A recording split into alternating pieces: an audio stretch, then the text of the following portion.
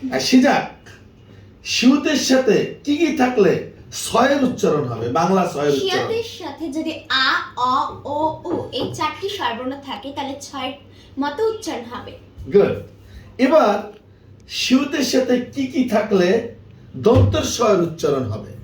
শিয়াতের সাথে এই চারটি স্বরবর্ণ বাদে ই বা হাফি থাকলে দন্তস্বরের উচ্চারণ হবে। সেই ই বা হাফি যুক্ত বর্ণগুলো কি কি বলে দাও? ই বা হাফি যুক্ত বর্ণ হ্যাঁ, ইয়া, ইয়, ইও, ইউ, ইয়ে, ইয়ে, উই। মানে যেগুলো হচ্ছে ই দিয়ে বানানো বর্ণ সেগুলোই হলো ই বা হাফি। অর্থাৎ একটি যার সাথে ই আছে সেগুলো হলো ইযুক্ত বর্ণ, আর একটা আছে শুধু ই অর্থাৎ ফুলি। এগুলো থাকলে দন্তস্বর উচ্চারণ হবে।